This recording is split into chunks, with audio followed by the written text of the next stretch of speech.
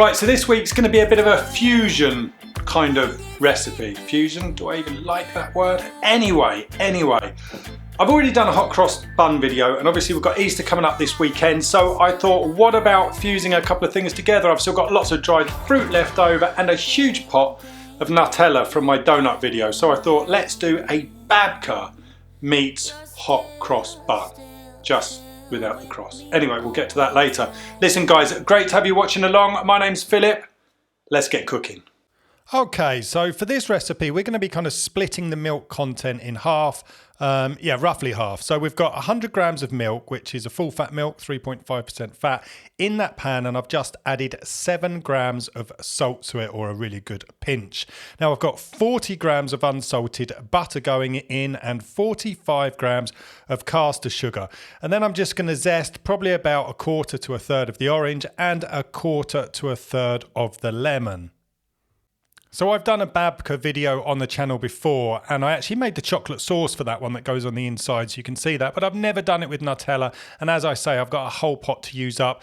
So this is where the idea came from. It was kind of, let's make a huge hot cross bun with all of the juicy fruit that kind of plumps up during the proofing process, and add it with chocolate. I mean, what is not to love about that? And lastly to this mix, we're going to add a really good heaped teaspoon of mixed spice and then a few drops of vanilla essence. This is going to go on the stove, and it's just going to tick over to melt that butter, dissolve the sugar and the salt, and to let those flavours infuse. Right, so now the dry ingredients. Now I'm adding 350 grams of flour to my bowl. Now I'm using a strong flour. You could use an all-purpose flour, but just remember you might need to reduce that milk content slightly because it may not absorb as much liquid. Now I prefer using the stronger flour because although this bakes in a tin and the loaf is supported, that extra strength you get from a strong flour just helps support the loaf with all of the fruit and the chocolate that's in there. And now to my flour, I'm adding in 5 grams of instant dried yeast, and we'll just give that a quick mix up. Now you do want to make sure that you've heated this milk gently. As I say, you just want to bring it to the point where the butter has melted and the sugar's dissolved. And then we're going to add 125 grams of full fat milk, again cold from the fridge, into that mixture just to cool it down. And then I'm going to add 1 egg and give that a whisk in the pan. Right, so now we can get our wet ingredients into our dry ingredients, and this is going to be the first of 2 mixes. So we can get in there with a spoon, give everything a really good stir, make sure it's well incorporated. You can give the sides of the bowl a bit of a scrape down as well. Now I should mention here, this really is quite a wet dough, it's quite a high hydration, so you're going to have to get used to working with this, and there's a very good reason for that. We're going to add a lot of dried fruits to this, and those dried fruits are going to absorb some of that moisture from the dough. Now, after we've given this a mix, we're just going to cover it with a plastic bag. We're going to leave it out at room temperature on our workbench for 20 minutes to rest. Okay, so now we can get our dough out onto the work surface, and those of you who've been following the channel for a while will know that I'm not a big fan of using bench flour unless it's absolutely necessary. And certainly in this case, it's an absolute waste of time because we want to make sure we keep this dough nice and wet for when we add the fruit. So don't use any flour. The stickiness between the dough and the bench is actually really going to help you knead this. And as you can see, it is quite a wet dough. Don't worry about that. You're going to keep working this and it is going to start to come together. Now, no special technique at all. You really just want to be pushing the dough backwards and forwards. And for me, a bench scraper is an invaluable and cheap tool, which is going to make your life a lot easier if you're doing a lot of kneading by hand. And of course, if you want to use a machine, that's absolutely fine. You can pop this into a machine and just work it on a medium to low speed for a couple of minutes until that dough starts to pull away from the bowl. You really don't need to overwork this. So as soon as you feel this dough starting to come together and getting tighter, we just want to work it into a rough ball, and then we're going to cover it with our bowl, and we're just going to leave it to rest for 5 or 10 minutes just to allow that gluten to relax out. That's going to make it a lot easier for us to add our fruits.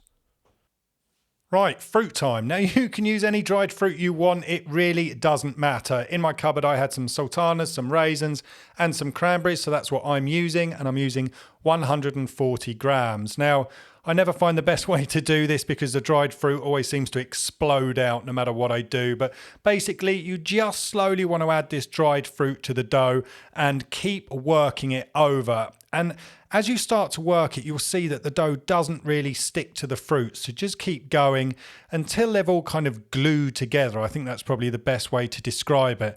And as you work this dough, you're going to smell the orange, the lemon, and that mixed spice coming through. It's absolutely beautiful. Once those fruits are well worked through the dough, you just want to bring this into a rough ball again. We're going to pop it back in our bowl. We're going to cover it up with a plastic bag and leave it out and room temperature to proof. Now, to give you an idea of times and temperatures, my kitchen is 17 degrees Celsius today, and this took an hour and a half to proof. Right, so now it's time to roll, fill and kind of shape the babka. Now I'm going to be baking it in these tins. Now if you are looking for a tin to bake these kind of sweet doughs or breads, then these are fantastic. I've had them for about a year now and they're brilliant. Now they are non-stick, but I guess out of habit I still give them a wipe out with some vegetable oil. They come with lids, so they're great for baking a pullman loaf too, and I'll leave the links in the description. And here's our dough after the hour and a half of proofing, and as you can see it's really blown up nicely, and honestly the smells are just out of this world. Right, so let's get this turned out of the bowl. Now the idea here is to roll this out into a rectangle, and it wants to be slightly wider than the length of your tin. Now I've just told you that I don't like to use bench flour, but on this occasion we definitely need it because we don't want the dough to be sticking to our worktop. Right, so I'm going to roll this out to about the thickness of my thumb. Now, at this stage, don't worry about rolling out the perfect rectangle because we've still got to get the Nutella on there. And to be fair, that does get just a little bit sticky. Right, there's no easy way of doing this. As I said, it is a little bit sticky, so I find that just dabbing the Nutella over the dough first and evening it out afterwards really helps. You want to use a spatula and just gently pull the Nutella out until you've got a nice even coating. It doesn't want to be too thick, but don't be stingy with it either. Right, rolling time, and it really is as easy as it sounds. You just want to flip over the end and then keep rolling this back, just putting down a little bit of pressure and keeping the shape as even as you possibly can. Using a bench scraper or a knife, cut directly down at 180 degrees straight through the roll. That's going to leave you with two halves. Lay them down so the two exposed cut edges are facing up, and then seal the two plats together and then just fold each one over the other. Try and keep them quite close together, and when you get to the end you can seal that down, and then just with one confident swift motion you're going to pick that up and pop it straight into the tin. Now we can cover this with a plastic bag and leave it out at room temperature for an hour and a half to prove. And there's our babka, really well proved. You can see how it's climbed up the tin and those strands have kind of opened up to reveal that chocolate. That's just what we want. Now this is going to bake in a preheated oven at 170 degrees Celsius or 340 degrees Fahrenheit for 45 to 50 minutes. Now I'm going to bake it with this tin over the top just to protect the top of the loaf from the element. Now you don't need to use that. You could use a piece of silver foil if it starts to get too much colour before the baking time has finished. And now we just want to give it a very simple egg wash over the top and then get it straight in the oven. Now this baked for 50 minutes and I use a digital thermometer to make sure it's done, but you could use a skewer. I'll leave details in the description box. Now as soon as it comes out of the oven you want to get it out of that tin, and then we're just going to brush this all over with a simple mixture of honey with just a dash of boiling water to let it down a little bit.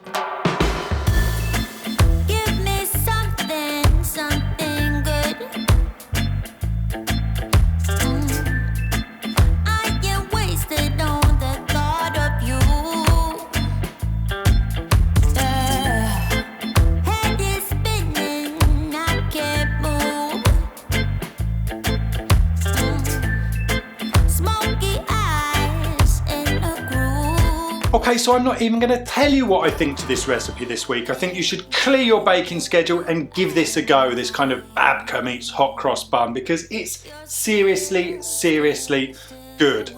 Now, a quick thank you for all of the comments after the release of last week's video, the faggot video. It was great catching up with you guys in the comment section. Thank you very much. And for now, I'd just like to say a huge thank you for watching. I'll see you again very soon. Stay tuned.